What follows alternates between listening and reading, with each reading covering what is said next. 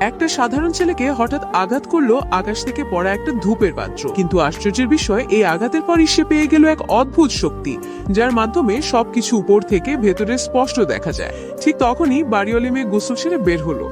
ছেলেটি হঠাৎ তাকাতেই তোয়ালের নিচে সবকিছু চোখে ভেসে উঠল। 28 বছর ধরে অবিবাহিত ছেলেটি এই দৃশ্য দেখে সামলাতে না পেরে নাক দিয়ে রক্ত পড়তে লাগলো। বেশি রক্ত পড়া এড়াতে সে অজুহাত দেখিয়ে নিচে নেমে গেল ময়লা ফেলার জন্য। কিন্তু সেখানে গিয়ে আরো বিস্ময়কর ঘটনা ঘটলো। ময়লার বাক্স বন্ধ করার সময় সে ভেতরে দেখতে পেল একটা ভাঙা মাটির পাত্র।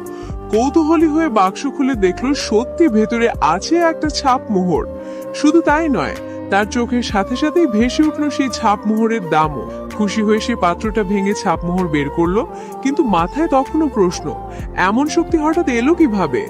ঠিক তখনই এক অদৃশ্য শক্তি তাকে টেনে নিল এক রহস্যময় জায়গায়। সেখানে জানা গেল যে ধূপের পাত্রটা তাকে আঘাত করেছিল তার নাম বিশ্বপাত্র।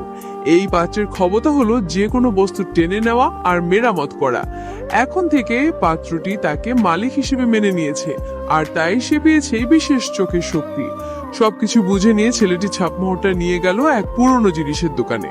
দোকানদার এক নজরে চিঁতে ফেললো এটা দুষ্প্রাপ্য প্রাচীন জিনিস। দাম প্রস্তাব দিল 1,80,00,000 টাকা। আর সেই মুহূর্তে ছেলেটি রাতারাতি হয়ে গেল কোটিপতি।